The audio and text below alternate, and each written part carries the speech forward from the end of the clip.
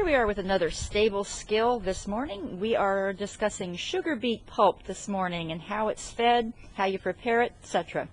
And again, as a reminder, I want to let everyone know that I am not a veterinarian.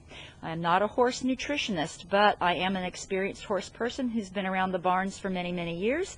And I've learned from a lot of really, really knowledgeable, smart people, veterinarians and nutritionists included. So sugar beet pulp, what is it and why do we feed it?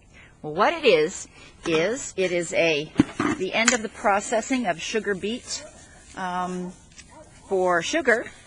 And you can see it's kind of grayish and it's very, very dry. So it must be fed soaked.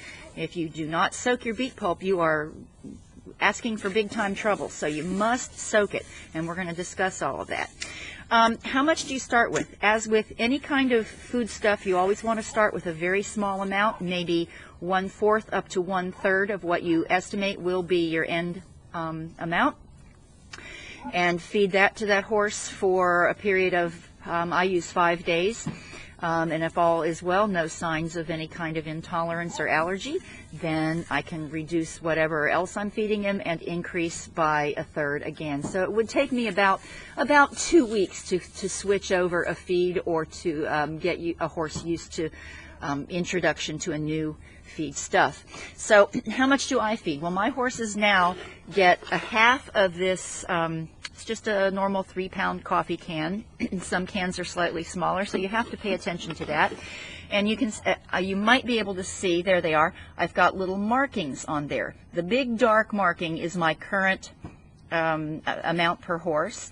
There's a smaller increment on the bottom, that's about 1/3, and then another small increment in the middle, and that's about another 1/3. So I've gauged this for getting a horse acclimated to beet pulp over a period of about 15 days or about 2 weeks. So I'm going to take that amount and measure it out in the can, always measure, and then stick it in the bucket.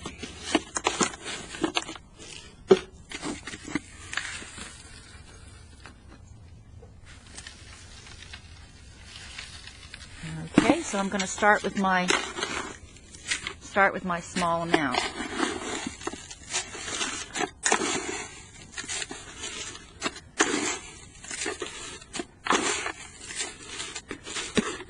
There.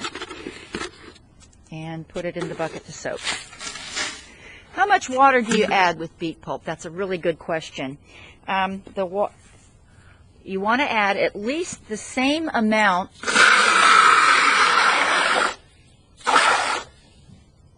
of water as beet pulp. So you want to add that in and mix it around. And if you take a look, it's got a bit of a soupy consistency. Okay. Now and then you let that soak. I always cover mine so that no flies or bugs or critters can get into it. And then I set it in the tack room or in the feed room with the closed door.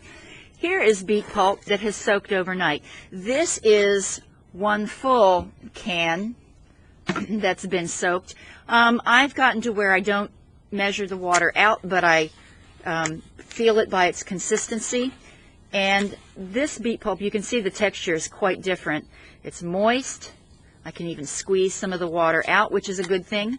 Now the test of whether beet pulp is properly soaked is an ear test. And you want to hold it up to your ear. And if it has a loud, crispy, crackly sound like Rice Krispies crunching, it means that it either did not get enough water or it did not soak enough.